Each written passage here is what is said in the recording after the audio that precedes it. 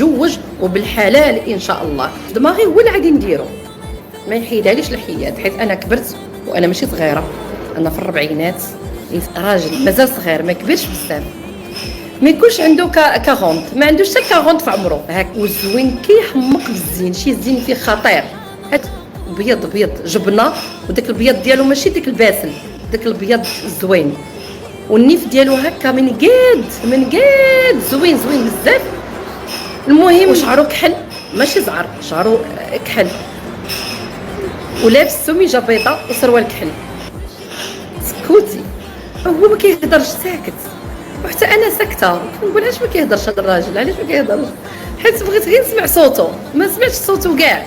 انا حشمت منه بزاف، وقبط لي في يدي هكا، جرني عنده، ماشي دار لي شي حاجه، وقال لي بغيت نعاونك